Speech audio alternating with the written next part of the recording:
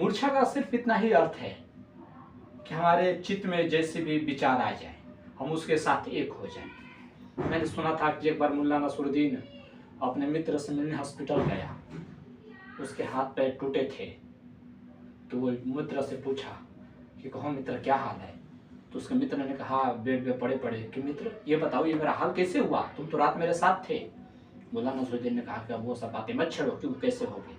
उसने कहा अरे बताओ तो, मेरे हाथ पैर टूटे हैं, मुझे मालूम भी नहीं रात में क्या हुआ हमारे साथ। मुल्ला नसरुद्दीन ने कहा कि देखो बात ऐसा है कि रात हम दोनों दारू पिए थे और तीसरे मंजिले पे खड़े थे, तो तुम्हें अचानक से लगा कि तुम उड़ सकते हो और तुम ऊपर से छलांग लगा दिए। अब मामला जाहिर है कि तुम्हारे हाथ पैर टूट गए, तुम बेड पे पड़े हो।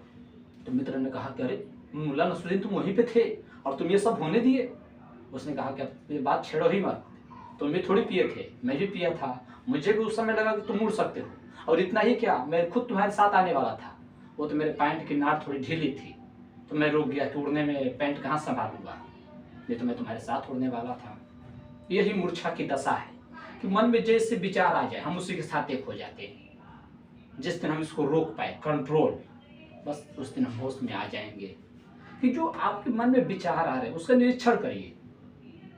अभी आप कभी क्या होता है ना कि हम बैठे बैठे क्या होता है कहीं की बातें सोचते हैं, कभी हंसी की बातें तो कभी गम की बातें।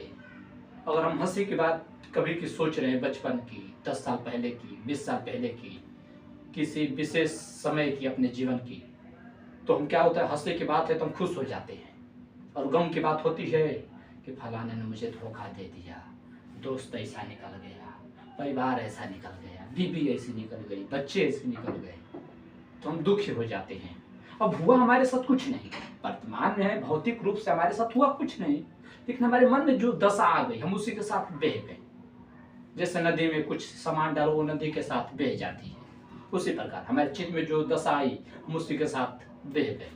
और दुख की बात आ गई तो सोचे सोचे हम रोने लगे, और खुशी की बात आ गई तो हम हंसने लगे।